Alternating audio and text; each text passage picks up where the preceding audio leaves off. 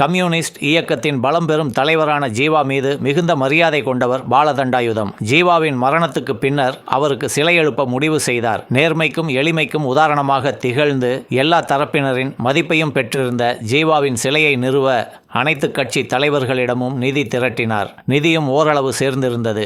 எம்ஜிஆரிடம் நிதி திரட்டலாமா என ஒரு யோசனை பாலதண்டாயுதத்துக்கு. ஆனால் தயக்கம். காரணம், அவர் எம்ஜிஆரை பல மேடைகளில் கடுமையாக தாக்கி பேசியுள்ளார். அந்த தயக்கத்தை ஒதுக்கி வைத்துவிட்டு எம்ஜிஆரை பார்த்து நிதி கேட்பது என முடிவு செய்கிறார். எம்ஜிஆரின் ராமாவரம் தோட்டத்துக்கு சென்ற அவர்களை எம்ஜிஆர் அகமும் முகமும் மலர வரவேற்றார். விஷயத்தை சொன்னதும் சிலை எழுப்ப எவ்வளவு செலவாகிறது என்று எம்ஜிஆர் கேட்டார். பாலதண்டாயுதம் ஒரு தொகையை சொன்னார். எம்ஜிஆர் அந்த தொகைதான் என் நன்கொடை என்று அனைவரையும் ஆச்சரியத்தில் ஆழ்த்தினார். இதில் ஆச்சரியப்பட ஏதுமில்லை. தன் வீட்டு வாசல்படி ஏறி எதிரியே கேட்டாலும் உதவி செய்யும் எம்ஜிஆர் தான் மதிப்பும் மரியாதையும் வைத்திருக்கும் ஜீவாவிற்காக எதை கேட்டிருந்தாலும் செய்திருப்பார். அதுதான் எம்ஜிஆர்.